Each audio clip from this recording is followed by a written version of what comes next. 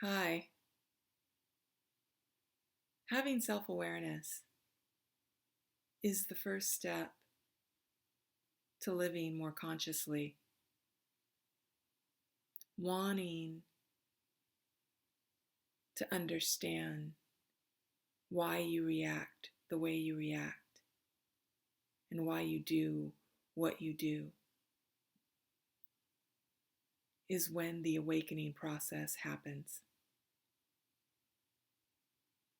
And it feels uncomfortable because if you're anything like me, you tend to notice that you're reactive when it comes to your emotions. And emotional intelligence increases as you become more and more self-aware. As you notice what causes you to be reactive, to get angry, or to become impatient, and you set the intention that you want to become more patient or to stay calm in the midst of a situation that would typically anger you, your emotional intelligence rises as you choose to not give your power away to whatever situation or person has caused a trigger to rise up inside of you. This takes practice, and this takes curiosity. And it's so easy to want to be judgmental about ourselves when we do become more conscious and self-aware about our behaviors. I encourage you to remain curious and definitely don't judge. Look at yourself through the eyes of a child as if you were a small child.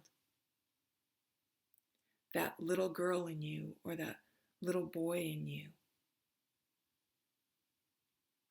And when you learn how to mute that volume of self-criticism and judgment, it becomes easier and easier to come from a place of observation and kindness because you want to learn and grow. And talking down to yourself and saying critical things to yourself is only going to deplete you and discourage you. Emotional intelligence is very pivotal as we rise in our vibration. And it is such a priceless gift to not give your power over when you're in a situation, especially when you're in a relationship with people like your significant other or family members that typically it's hard to be around. And if you've ever been around anyone with psychological disorders like narcissism, it's so easy to go down that rabbit hole.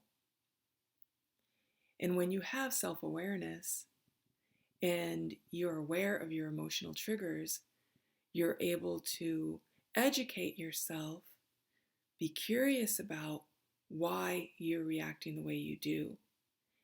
And you come from a place of compassion for the other person and also for yourself. And when you take a second to breathe and to not immediately react, It is so helpful to your own psyche to just take a few breaths and then respond.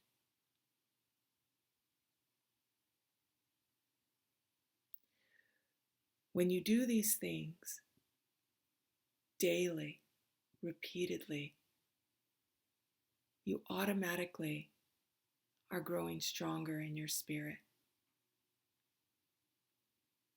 We are all energetic beings, whether we're humans or anything else, animate or inanimate, everything carries energy. But as humans, our energy levels can easily be depleted or it could increase. That's why lots of us like to drink caffeine, because we want to pick me up and it raises our energy. Or we work out because it not only raises our energy, but it makes us feel good because of the endorphins. So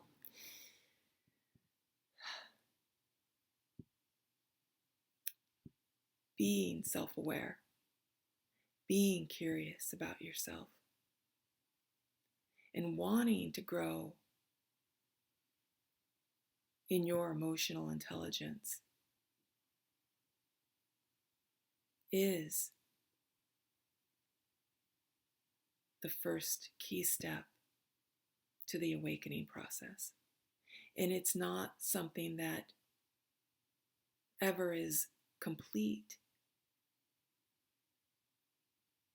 As you grow and as you see that certain things no longer trigger you, you find that it becomes easier for you to have peace in the midst of any circumstance. I highly recommend meditation as a daily practice. Before you head out to start your day, spend 30 seconds to focus on your breath, to get grounded and feel centered, and set the intention that you are going to have an extraordinary day. And as you do this consistently, you'll see how it accelerates your peace of mind in the midst of any fun surprises or any disruptions. And it's much easier for you to keep a smile on your face and find joy in everything.